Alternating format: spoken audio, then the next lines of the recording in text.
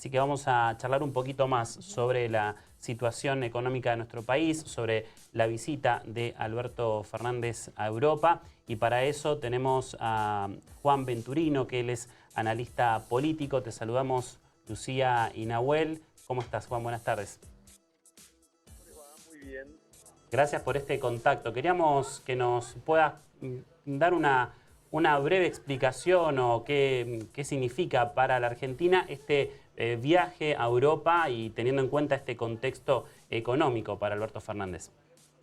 Bueno, primero que nada es muy importante que Alberto pueda restablecer el lazo que ya tenemos, que es un lazo muy firme con Europa, justo en un momento en el que acaba de suceder o está sucediendo esto del Brexit, sí, que es la salida de un integrante importante como es Gran Bretaña de la Comunidad Europea. Era un viaje necesario y, como decimos, ¿no?, la necesidad de restablecer el vínculo que ya tenemos, que es un vínculo fuerte, pero por supuesto reforzarlo, porque con el cambio del presidente, la Argentina de alguna manera busca mantener ese vínculo que tiene con el mundo, ¿no? Y Juan, ¿qué imagen tienen actualmente estos países de Europa de la Argentina? ¿Tienen desconfianza quizás o, digamos, como vos bien decías, que los lazos están firmes, bueno, pueden de alguna forma ayudarnos en esta reestructuración de la deuda?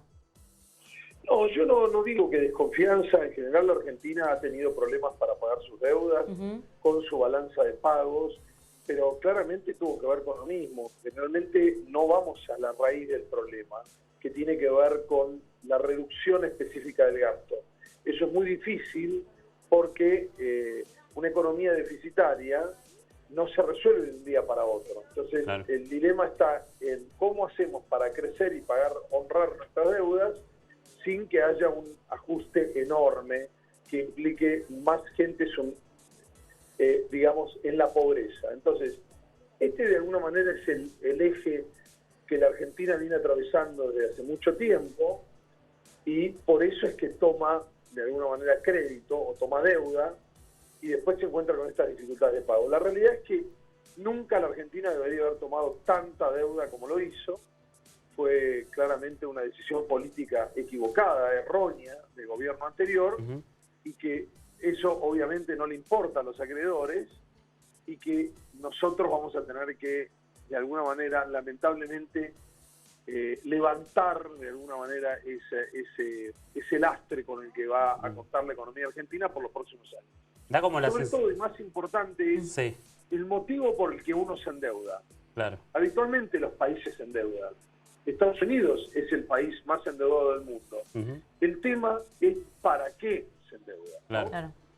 Ahora, da como la sensación de que el presidente está yendo a estos países como para poder seducirlos y de alguna manera que nos ayuden con la negociación con el Fondo Monetario Internacional. ¿Crees que estos países le pongan alguna objeción o algún reparo a esta negociación o esta seducción que está llevando el presidente? No, yo creo todo lo contrario. Creo que en Europa somos bien recibidos.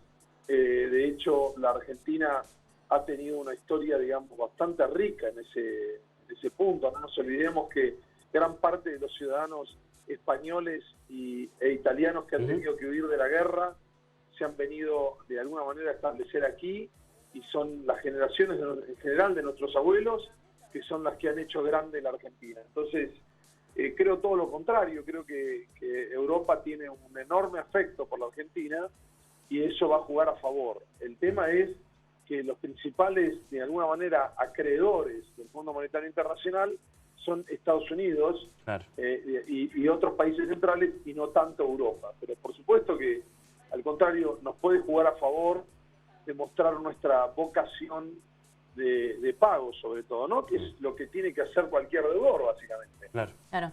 Y para vos, Juan, además de esta gira, ¿no?, de Alberto Fernández por allá, por Europa, ¿qué más él tendría que hacer para justamente, por ejemplo, ¿no?, la oposición, que siempre lo que destaca es que quizás se van a romper esos lazos internacionales o quizás es el mayor miedo? Bueno, ¿cuál es el otro proceder que no tendría que dejar de hacer Alberto Fernández?